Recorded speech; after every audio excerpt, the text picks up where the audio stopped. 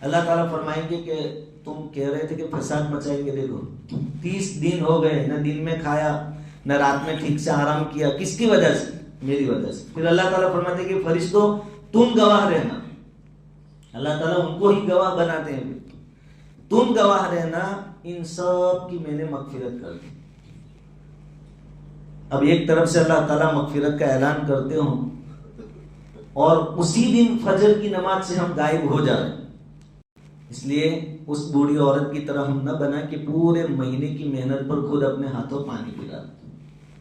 اور ایک خاص عمل جو ہمیں کرنا ہے شب قدر کو تلاش کرنے کے لیے، وہ ہے آخری عشرے کا اعتکاف۔ آخری عشرے کا جو آدمی اعتکاف میں بیٹھ جائے گا تو وہ اکیلے اکیلے کیا کرے گا؟ یا تو کبھی تلاوت کرے گا، دعا کرے گا، نماز پڑھے گا، اس بہانے اس کو شب قدر نصیب ہو جائے گی۔ اور اعتکاف ہے ہی شب قدر تلاش کرنے کے واسطے، اور امت کو آج دعاؤں کی بہت ضرورت ہے، دوسرا کچھ تو ہم کر نہیں سکتے ہیں، اور مین چیز دعا ہی ہے۔ حضور صلی اللہ علیہ وسلم نے فرمایا دعا ہول عبادت، عبادتیں جتنی کرتے ہو ان میں مین عبادت دعا ہے۔ نماز ہم کیوں پڑھتے ہیں؟ دعا ہی ہے نماز میں، نماز بھی دعا ہی ہے۔ قرآن میں بھی دعائیں اللہ تعالیٰ نے سکھائی، حضور نے بھی قدم قدم پر ہم کو دعائیں سکھلائی۔ تو اعتکاف میں بیٹھیں، اپنے محلے کی مسجدوں کو آباد کریں۔ جیسے بھائی مہمان آتا ہے تو ہم کہتے ہیں کہ ان کا حق ہے، ان کو کھلاؤ، ان کی مہمان نوازی کرو۔ تو رمضان کے آخری عشرے میں محلے کی مسجد کا حق ہے کہ 2-4 ساتھی مسجد میں اعتکاف میں بیٹھیں، اور اپنے محلے کی مسجد میں جب 5 وقت کی نماز یہاں ہوتی ہے اور جمعہ کی نماز ہوتی ہے تو پھر دوسری مسجد میں جانے کی ضرورت نہیں ہے، پہلا حق محلے کی مسجد کا ہے۔ تو یہاں اعتکاف کے لیے ابھی سے تیاری کریں، اور دعا کی حیثیت آج کے دور میں آکسیجن کی طرح ہے، یہ امت صرف اسی پر ٹکی ہوئی ہے، ورنہ بزدلی بے شمار ہے۔ اس لیے اللہ تعالیٰ سے دعا کریں